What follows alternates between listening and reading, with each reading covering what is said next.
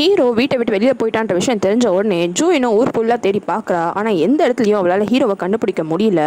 ஹீரோவோட ஃபோனை ட்ராக் பண்ணலான்னு ட்ரை பண்ணுறா. ஆனால் அங்கேயும் பண்ண முடியாதுன்னு சொல்லி அனுப்பிச்சிடுறாங்க. வேறு வழியே தெரியாமல் ரோட்லேயே உட்காந்து அழுவ ஆரம்பிச்சிடுறா. ஹீரோட ஃப்ரெண்ட்ஸு லீ, பார்க், ரோஸ் 3 பேருமே மற்ற வேம்பயர்ஸ் கிட்டலாம் கேட்குறாங்க. ஆனால் அவங்களுக்கும் எந்த ஐடியாவுமே இல்லை. ஹீரோ ஏதோ மலை மேலே போய் உட்காந்துட்டு இருக்கான். பட்ஜெட் ஷாப் லேடி ஒரே பயத்தோடு இருக்கா. காரணம், முன்னாடி நாள் நைட் வந்த ஹேவுன்னு நான் தான் ரீடெவலப்மெண்ட் ஒர்க்லாம் ஸ்டார்ட் பண்ண போகிறேன். ஆக்சுவலாக எப்போவோ ஆரம்பிச்சிருக்க வேண்டியது, ஆனால் இந்த மேன்ஷன் இருக்குல்ல, ஷேடட் ஓயாசிஸ், அதனால தான் ஒரே பிரச்சனைன்னு சொல்கிறா. இவங்களும் என்ன பிரச்சனைன்னு விசாரிக்கிறாங்க. அப்போது ஹீரோ ஒரு வேம்பையரு, அந்த இடத்துல நிறைய வேம்பையர்ஸ்லாம் வாழ்கிறாங்கன்ற மாதிரி ரூமரை ஸ்டார்ட் பண்ணி விட்டுடுறா. ஹேவுன் சொன்னது அந்த டெய்லர் ஷாப் ஓனருக்கு அவ்வளோவா டவுட் வரல. ஆனால் அந்த பட்ஜெட் ஷாப் லேடிக்கு ஹீரோ மேலே தான் ரொம்பவே டவுட் வந்துடுது. டோஷிக்கு அவனோட டிரைவர் மூலமா அந்த இடத்துல என்ன நடக்குதுன்னு விசாரிக்க சொல்லியிருப்பான். இப்போதான் டிரைவர் வந்து சொல்கிறான், அந்த இடத்துல மான்வி இல்லீகலாக மனுஷங்க எல்லாரையும் வச்சு ரத்தத்தை உறிஞ்சிட்டு இருந்திருக்கான். அதை விட முக்கியமான ஒரு விஷயம், அந்த இடத்துல தான் ஜூயினோட அப்பாவையும் அடைச்சி வச்சிருந்திருக்கான். இப்போ தான் அவரும் ரிலீஸ் ஆயிருக்காருன்னு சொல்கிறான். இந்த விஷயம் தெரிஞ்ச உடனே அவன் மான்வி கூட ஒரு மீட்டிங்கை போடுறான். மீட்டிங்கை போட்டு இப்பெல்லாம் நீ பண்ணியான்னு விசாரிக்கிறான். அப்போ மான்வி, உனக்கும் ரத்தம் வேணும், எனக்கும் ரத்தம் வேணும், எனக்கான ரத்தத்துக்காக நான் இப்படி பண்ணேன்னு சொல்லி பார்க்குறான். இருந்தாலுமே டோஷிக்கு ரொம்பவே கோவப்படுறான். கடைசியால் மான்வியும், நானா ஒன்றும் போயிட்டு ஜூயினோட அப்பாவெல்லாம் கடத்தல, ஹேவன் தான் சொன்னான், அவளுக்கு என்ன ஆச்சுன்னு தெரியல, அந்த மேன்ஷன் எனக்கு வேணும்னு ஒரே அடம் பிடிக்க ஆரம்பிச்சிட்டா, எனக்கு வேறு வழி தெரியல, இப்படி பண்ணாதான் முடியும்னு சொன்னேன். ஓகே பண்ணிவிடுன்னு அவள் தான் சொன்னான். அவள் பண்ண சொன்னதை நான் பண்ணேன், மற்றபடி எனக்கும் எதுக்கும் சம்மந்தம் இல்லைன்னு சொல்லிடுறான். டோஷிக்கு மான்வி இப்படி சொன்ன விஷயம் எதுவுமே சுத்தமாக பிடிக்கல. ஒரு ஃபேமிலி இப்படி பிரித்து தான் இப்படிலாம் பண்ணணும்னு உங்களுக்குலாம் ஆசையா? எதுக்கு இந்த மாதிரி பணத்தாசை பிடிச்சிட்டு அலையிறீங்க? இனிமேல் உங்க கூட எந்த டீலிங்கும் எனக்கு பண்ண வேண்டிய அவசியம் கிடையாது, தயவு செஞ்சு போயிடுன்னு சொல்லிடுறான். மான்விக்கும் இதனால் ரொம்ப எரிச்சல் ஆயிடுது. ஹே ஒன்று அவளோட ஆஃபீஸில் இருக்கா. ஹீரோ காலையில் வந்து சொன்ன விஷயம் எல்லாத்தையுமே யோசிச்சு பார்த்துட்டு இருக்கா. இப்போ தான் ஜூயினே ஃபைன் நல்லா சந்தோஷமாக இருக்கா. அவளோட அப்பா அவன் திரும்பி வந்திருக்காரு, எதுக்கு அவளை டிஸ்டர்ப் பண்ணுறேன்னு அவன் சொல்லியிருப்பான். அவளோட அப்பா இறந்து போயிட்டாரு தானே சொன்னான். ஒருவேளை இறந்து போன அப்பா திரும்பி வந்துட்டாரோன்னு யோசிக்கிறா. அப்போ அந்த இடத்துக்கு வந்த டோஷிக்கும் ஜூனோட அப்பாவை ஏன் அப்படி பண்ண, எதுக்காக மான்வி கிட்ட சொல்லி அவனை ஜெயிலில் போட்டேன்னு கத்த ஆரம்பிக்கிறான். ஆனால் டோஷிக் சொன்ன எந்த விஷயமே ஹேவனுக்கு சுத்தமாக புரியல. என்ன சொல்கிற நீன்னு கேட்குறா. ஆனால் அதுக்கு டோஷிக்கு, எனக்கு எல்லா விஷயமும் தெரியும், மான்வி என்கிட்ட எல்லா விஷயத்தையும் சொல்லிட்டான், உனக்கு அந்த மேன்ஷன் தேவைப்பட்டிருக்கு, அதனால் என்ன வேணாலும் பண்ணலாம் நீ நினச்சிட்டியா? கடைசியில் ஜூயினோட அப்பாவே கடத்தி அவளோட அப்பா கிட்டேருந்து அவளை பிரிச்சுட்ட. அவரோட அப்பாவும் 5 வருஷமாக காணாமல் போயிட்டாரு, அதனால தான் அவளுக்கே அந்த மேன்ஷன் கிடச்சிருக்கு. நீங்கள் பண்ணுற எல்லா விஷயமும் எனக்கு தெரியாதுன்னு நினைக்காதீங்க. இதே மாதிரி பண்ணிகிட்டே இருந்தீங்கன்னா அப்புறமே எனக்கு ரொம்ப கோவம் வந்துடும்னு கத்திட்டு போயிடுறான். டோஷிக்கு எதுவுமே நம்பாததுனால ஹே உனக்கு ரொம்ப கோவம் வந்துடுது. உடனே மான்விக்கு கால் பண்ணி, என்ன எல்லாருக்கிட்டையும் என்னை பற்றி தப்பு தப்பாக போய் சொல்லிட்டு இருக்க, நான் உன்னை இப்பெல்லாம் பண்ண சொன்னா, எதுக்கு இந்த மாதிரிலாம் போய் சொல்கிறேன்னு கத்துறா. மான்விக்கு இதனால் இன்னுமே ரொம்ப கோவம் வந்துடுது. ஜூயின் நைட்டு லேட்டாக தான் மேன்ஷனுக்கு வரா. அப்படி வரும்போது ஜூயினோட அப்பா, சாப்பிட்றியா நீ, என்ன ஆச்சுன்னு கேட்குறாரு. ஆனால் ஜூயின் எந்த பதிலும் சொல்லாமல் அவளோட ரூம்க்கே போயிடுறா. ஏதோ தப்பாக இருக்குன்னு புரிஞ்சுக்கிட்ட அவரும் ஜூயின் கிட்ட போய் கேட்குறாரு. அப்போ ஜூயின், அப்பா ஹீரோ வீட்டை விட்டு வெளியில் போயிட்டான், ஏமால் தான் ஃபுல் தப்புமே, அவளோட காஃபி நான் ஒரு நாளுக்கு முன்னாடி ஓப்பன் பண்ணிட்டேன், அதனால தான் அவனால் மனுஷன் ஆக முடியல, இப்போ அவன் கண்டிப்பாக செத்து போயிடுவான், என்னால் தான் எல்லா பிரச்சனையும் அழுவ ஆரம்பிச்சிடுறா. ஜூயின் இப்பெல்லாம் எமோஷனலாக பேசி அழுவறத்தை பார்த்தோன்னே அவரும், நீ லவ் பண்ணுற ஹீரோவன் கேட்டுறாரு. அதுக்கு ஜூயினும் ஆமான்னு சொல்லிடுறா. அடுத்த நாள் காலையில் அந்த பட்ஜெட் ஷாப் லேடியும் அந்த டெய்லர் ஷாப் ஆளும் 2 பேரும் சேர்ந்து ஹீரோவோட மேன்ஷனுக்கு போகிறாங்க. கொஞ்சம் பயத்தோடய தான் போகிறாங்க. ஆனால் ஜூயினோட அப்பா தான் வெளியில் வராரு. வந்தவரும் என்ன விஷயம்னு விசாரிக்கிறாரு. அப்போ தான் அந்த டெய்லர் ஷாப் ஓனருக்கு, நீங்கள் தானே ஹீரோக்காக சூட்லாம் ரெடி பண்ண சொன்னீங்க, திரும்பி வந்துட்டீங்களா, நீங்கள் காணாம போயிட்டீங்கன்னு சொன்னாங்களேன்னு கேட்குறான். ஜூயினோட அப்பாவும், இல்லை ஒரு பிஸ்னஸ் விஷயமா போயிருந்தேன், என்ன விஷயம்னு கேட்குறான். அப்போ பட்ஜெட் ஷாப் லேடியும், இந்த ஏரியா ஃபுல்லாகவே ரீடெவலப்மெண்ட் ஆக போகுது, நீங்களும் சைன் போட்டுருங்க, இந்த மேன்ஷனுக்கும் நல்லா ப்ராஃபிட் கிடைக்கும், உங்கள் பொண்ணுக்கிட்டையும் பேசி பாருங்கன்னு சொல்கிறா. ஆனால் இந்த வாட்டி ஜூயினோட அப்பா இல்லைன்னு சொல்ல மாட்டேங்கிறாரு. ஜூயினுக்கு உடம்பு சரியில்லை, நான் அவகிட்ட பேசிட்டு சொல்கிறேன் பதிலன்னு சொல்லிடுறாரு. லாஸ்ட்டாக கிளம்புறதுக்கு முன்னாடி இங்கே வேம்பேர் எதனா வாழுதான்னு கேட்டுடுறா. ஆனால் ஜூயினோட அப்பா அதுக்கு சிரிச்சுக்கிட்டே, என்ன காமெடி பண்ணுறீங்களான்னு கேட்குறாரு. இவர் இப்படி சொன்னதுக்கு அப்புறமா தான் இவங்க 2 பேருக்குமே கொஞ்சம் நிம்மதியாக இருக்குது. 3 பேர் இது ஒரு காமெடின்னு சொல்லி சிரிச்சு விட்டுறாங்க. இந்த பேப்பரை வாங்கிக்கிட்டு ஜூயினோட அப்பா உள்ளே வராரு. அப்போ திரும்பி ஜூயின் ஹீரோவை தேடுறதுக்காக கிளம்புறா. கொஞ்சம் உங்ககிட்ட ஒரு நிமிஷம் பேசணும்னு கூப்பிட்டு உட்கார வைக்கிறாரு. இந்த ஏரியாவை ரீடெவலப்மெண்ட் பண்ண போகிறாங்களாம், பேசாமல் நம்ம இந்த மேன்ஷனை வித்துடலாம், எனக்கும் நீ ஒரு நார்மலான மனுஷனை லவ் பண்ணணும்னு ஆசையாக இருக்குது, ஹீரோ உன்னை நல்லா புரிஞ்சு வச்சிருக்கான், அதனால தான் இங்கேருந்து தள்ளி போயிட்டு இறந்து போயிடலான்னு பிளான் பண்ணியிருக்கான், நீ எதுக்கு தேவையில்லாமல் அவனை டிஸ்டர்ப் பண்ணுற, பேசாமல் நம்ம இந்த இடத்த விட்டுக்கு போயிடலாம், சைன் பண்ணிட்டேன்னு கேட்குறாரு. ஆனால் ஜூயினுக்கு, இல்லைப்பா நான் ஹீரோ வர வரைக்கும் இதே மேன்ஷனில் தான் வெயிட் பண்ண போகிறேன், அவன் எத்தனை வருஷம் கழிச்சு வந்தாலும் நான் அது வரைக்கும் இங்கே தான் இருக்க போகிறேன், கண்டிப்பாக இந்த மேன்ஷனை நான் விட மாட்டேன், என்ன சைன் போடலாம் சொல்லாதீங்க, நான் திரும்பி ஹீரோவை போய் தேடணும்னு திரும்பி கிளம்புறா ஹீரோவை தேடுறதுக்காக. டோஷிக்கு அந்த ஏரியா வழியாக தான் காரில் போகிறான். அப்படி காரில் போகும்போது அங்கே இருக்கிற எல்லாருமே சேர்ந்து ஹேவனோட ஐடியாவுக்கு ஓகே சொல்கிறேன்ற மாதிரி போர்டெலாம் வச்சுருக்காங்க. இது எல்லாத்தையும் பார்த்து அவனுக்கு ரொம்பவே கஷ்டமாக இருக்குது. காரணம் ஜூயின் தான் என்னால் கஷ்டப்பட போகிறான்னு யோசிச்சுட்டு இருக்கான்.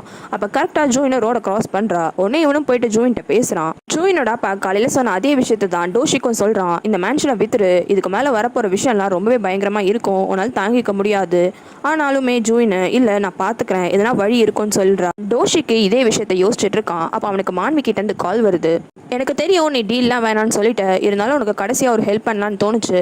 அந்த ஷேட் ஓயாசிஸ்க்கு வந்துரு, இன்னும் கொஞ்சம் நேரத்தில் நான் ஹீரோவை இங்கே பிடிச்சி வச்சிருவேன்னு சொல்கிறான். இவ எதனா பண்ணிட போறான்னு டோஷிக்கும் அங்கேருந்து அவசரமாக கிளம்புறான். அப்போ இங்கே மேன்ஷனில் ஜூனியோட அப்பா குப்பை போடுறதுக்காக வெளியில் வராரு. அப்படி வரும்போது தூரத்தில் மான்வியை பார்த்துறாரு. இவரை கடத்தி இத்தனை வருஷமா அடிச்சு வச்சிருந்தது மான்வி தான். அதனால மான்வியை பார்த்தோன்னே அவருக்கு ஒரே பயம் வந்துடுது. ஜூயினுக்கு மான்வி யாருன்னு தெரியாது. அவள் அப்பதான் மேன்ஷனுக்குள்ள வரா, ஏதோ கெஸ்ட் தான் வந்திருக்காங்கன்னு நினைக்கிறா. ஆனா மான்வி அப்பதான் அவன் சுயரூபத்தை காமிக்கிறான். எங்க ஹீரோன்னு உண்மையை சொல்லு, அவனை எங்க மறைச்சு வச்சிருக்க, உடனே அவனை வர சொல்லுன்னு மிரட்ட ஆரம்பிக்கிறான். ஜூயினும் தெரியாதுன்னு சொல்லி பாக்குறா. ஆனா இவனோட பவர் யூஸ் பண்ணி ஜூயினை அட்டாக் பண்றான். ஜூயினை இப்படி ஆபத்துல இருக்கான்ற விஷயம் ஹீரோக்கு அவனோட வழி மூலியமா அவனுக்கு தெரிஞ்சிடுது. உடனே அவனும் வந்து மான்வி கூட சண்டை போடுறான். ஹீரோ இன்னும் கொஞ்ச நாள்ல சாக போறான்னு மான்விக்கு நல்லாவே தெரியும். அதனால மான்வியும் நல்லா அவன் ஃபோர்ஸுக்கு ஹீரோவை வச்சு வாங்குறான். ஹீரோக்கு உடம்புல சுத்தமா சக்தியே இல்லை. இருந்தாலும் அவன் ஜூயினை தொட போறான்னு தெரிஞ்ச உடனே அவனோட ஃபுல் சக்தியை வச்சு மான்வி அட்டாக் பண்ணிடுறான். இவன் இப்படி ஃபோர்ஸோட அட்டாக் பண்ணது மான்விக்கு முதல் வாட்டி ஹீரோ கிட்ட அடி வாங்கின அதே ஃபீலை தருது. இதுக்கு மேல இங்க இருந்தா சரிப்பட்டு வராதுன்னு மான்வி அங்கிருந்து கிளம்பிடுறான். ஹீரோவும் மான்வியும் அந்த மேன்ஷனை சுற்றி ஒரு இடத்துல தான் சண்டை போட்டிருப்பாங்க. அந்த பக்கமாக அந்த பச்சர் ஷாப் லேடி எதேச்சையாக வந்திருப்பா. வந்தவ இந்த எல்லா விஷயத்தையும் பார்த்துடுறா. பார்த்தவ பயத்தில் போயிட்டு டெய்லர் ஷாப் ஓனர்கிட்டையும் சொல்லிடுறா. மான்வியும் அங்கேருந்து கிளம்பிடுறான். இப்போ ஜூயினுக்கு எந்த ஆபத்தும் இல்லைன்னு ஹீரோக்கு தெரிஞ்சிடுது. அதனால் அந்த இடத்த விட்டு கிளம்பலான்னு ட்ரை பண்ணுறான். என்னை விட்டு எப்பவுமே போக மாட்டேன்னு எனக்கு ப்ராமிஸ் பண்ணேன், இப்போ அந்த ப்ராமிஸை திரும்பி பிரேக் பண்ண போறியான்னு ஜூயின் கத்துறா. ஜூயினை சமாதானப்படுத்துறதுக்கு ஹீரோவும் ஹக் பண்ணுறான். இவங்க ரெண்டு பேரும் இப்படி ஹக் பண்ணிட்டு இருக்கிறத கரெக்டாக அந்த நேரம்னு பார்த்து டோஷிக் பார்த்துடுறான். ஹீரோ இந்த மாதிரி சொல்லாமல் எங்கேயும் போகக்கூடாதுன்னு ஜூயின் திரும்பி ஒரு ப்ராமிஸை வாங்குறா. அதுக்கப்புறமா மேன்ஷனுக்குள்ளே கூட்டிகிட்டு வரா. லீயும் பார்க்கும் ஹீரோவை பார்த்தோன்னே ரொம்ப அழுவ ஆரம்பிச்சிடுறாங்க. அங்கேருந்து ஜூயினும் அவளோட அப்பாவை பார்க்கலான்னு போகிறா. அப்போ தான் அவளோட அப்பா, இப்போ ஒருத்தன் வந்தால அவன் தான் என்னை இவ்வளோ வருஷமாக அடிச்சு வச்சிருந்தான், அவன்கிட்ட என்னை காப்பாற்றுன்னு கதற ஆரம்பிக்கிறாரு. ஜூயினுக்கும் அப்போ தான் எல்லா விஷயமும் புரியுது. இல்லைப்பா அந்த ஆள் போயிட்டான், நீங்கள் பயப்படாதீங்க, வந்து உட்காருங்கன்ட்டு அவங்க அப்பாவை சமாதானப்படுத்துறா. இது வரைக்கும் டோஷிக் சொன்ன எல்லா விஷயத்தையும் அந்த டிரைவர் பண்ணியிருப்பான், எந்த கேள்வியுமே கேட்காம. டோஷிக்கும் அவனோட டிரைவரை கூப்பிட்டு எல்லா விஷயத்தையும் சொல்றான். அதே மாதிரி நான் ஹீரோவை கொலை பண்ண போறேன்ற விஷயத்தையும் சொல்லிடுறான். இன்னும் கொஞ்ச நாள்ல அந்த ஊர்ல சந்திர கிரகணம் வரப்போறத அனௌன்ஸ் பண்றாங்க. அப்ப கேட்மேன் அதை கேட்டுட்டு அன்னைக்கு தான் ஹீரோவோட கடைசி நாளா இருக்கும்னு சொல்றான். அடுத்த நாள் காலையில ஜூயினோட அப்பா ஹீரோவை மீட் பண்ணி, உங்களுக்காக இத்தனை வருஷம் நாங்கள் இவ்வளோ வேலை பண்ணிட்டோம், தயவு செஞ்சு நானும் என்னோட பொண்ணும் இந்த மேன்ஷனை விட்டு போயிடுறோன்னு கேட்குறாரு. அதுக்கு ஹீரோ, நீங்கள் சொல்கிறதுலாம் கரெக்டு தான், இத்தனை வருஷமாக எனக்கு எவ்வளோ வேலை பண்ணிட்டீங்க, ரொம்பவே தேங்க்ஸ், இன்னும் கொஞ்ச நாள் தான் நான் உயிரோட இருக்க போகிறேன், அந்த கொஞ்ச நாள் இந்த மேன்ஷனில் நான் இருந்துட்டு போகிறேன்னு எனக்காக இந்த ஒரு உதவி மட்டும் கடைசியாக பண்ணுங்கன்னு கெஞ்சி கேட்குறான். அதனால் ஜூயினோட அப்பா ஒத்துக்கிறாரு. மேன்ஷனுக்குள்ளே வந்த ஹீரோக்கு திரும்பி உடம்பு முடியாமல் போயிடுது. இவங்க எல்லாரும் சேர்ந்து பேஸ்மெண்ட்டில் ஹீரோவை படுக்க வச்சிடறாங்க. அந்த நேரம் மேன்ஷனுக்கு வெளியில இந்த பச்சர் ஷாப் லேடி நைட்டு பார்த்த விஷயத்தினால அந்த ஏரியால இருக்கவங்க எல்லாரையும் சேர்த்து ஒரு கூட்டத்தை கூட்டிடுறா. இந்த ஏரியால ஒரு வேம்பயர் இருக்கு, அந்த ஷேடர் ஓயாசிஸ் ஹோட்டல்ல தான். நம்ம ஏரியால இப்படி ஒரு வேம்பயர் இருந்தா அது நம்மளுக்கு தான் ஆபத்து, அதனால வாங்க உடனே போய் அங்க ஆர்ப்பாட்டம் பண்ணலான்னு எல்லாரையும் கூட்டிட்டு வந்துடுறா. அவன் நினைச்ச மாதிரியே எல்லா விஷயமும் நடக்குதுன்னு ஹேவனும் ரொம்ப சந்தோஷப்படுறா. இவங்க எல்லாரும் கூட்டமா மேன்ஷனுக்கு வராங்க. ஜூயினா என்னன்னு கேட்கறா. ஹீரோவை பார்க்கணும்னு கேட்கறா அந்த பச்சர் லேடியும். இல்ல ஹீரோக்கு உடம்பு சரியில்லை, அப்புறமா வாங்கன்னு சொல்லிட்டு இவ வீட்டுக்குள்ள போக பாக்குறா. அப்ப அந்த பச்சர் ஷாப் லேடியும், ஒரு வேம்பயருக்கு உடம்பு சரியில்லைன்னு சொல்றியா நீ, நேற்றுக்கு நைட் நான் பார்த்த விஷயத்த எல்லாமே இவங்க எல்லார்கிட்டையும் நான் சொல்லட்டான்னு கேட்கறா. இப்படி அந்த லேடி கேட்டோன்னே ஜூயினுக்கு என்ன பதில் சொல்றதுன்னு தெரியல, தகச்சிடுறா. அதுக்கப்புறமா எங்களோட பிசினஸ் எல்லாம் டிஸ்டர்ப் பண்ணாதீங்க, தயவு செஞ்சு கலைஞ்சு போங்க அப்படின்னு சொல்லிட்டு பதில் சொல்லாம டக்குன்னு மேன்ஷனுக்குள்ள போயிடுறா. ஹேவனு திரும்பியும் ஜூயினை மீட் பண்ணி, நான் தான் அந்த ரூமர்லாம் ஸ்டார்ட் பண்ணி விட்டது, நான் தான் உங்ககிட்ட சொன்னேன்ல, ஒழுங்கு மாதிரியாக மேன்ஷனை கொடுத்துட்டுன்னு கேட்குறா. ஆனால் இப்போவும் ஜூயினை, என்னால் மேன்ஷனே தர முடியாது, ஹீரோவே தர முடியாது, நீ இன்னும் என்னால் என்ன பண்ண முடியுமா எல்லாத்தையும் பண்ணிக்கோன்னு கத்திடுறா. இவ்வளோ பெரிய பிரச்சனை ஆனதுனால லீயும் பார்க்கும் மேன்ஷனை விட்டு போகிறேன்னு சொல்கிறாங்க. ஆனால் அப்பவும் ஜூயினு, நீங்களாம் எதுக்காக போகணும், நீங்கள் இந்த மேன்ஷன்லேயே இருங்க, கண்டிப்பாக நம்மளுக்கு எதனா வழி கிடைக்கும், நீங்கள் ரொம்பலாம் யோசிக்காதீங்கன்னு சொல்லிடுறா. Hero night தூக்கத்துலேருந்து ஏந்துக்கிறான். அப்போ அவனுக்கு ஒரு ஃபோன் கால் வருது.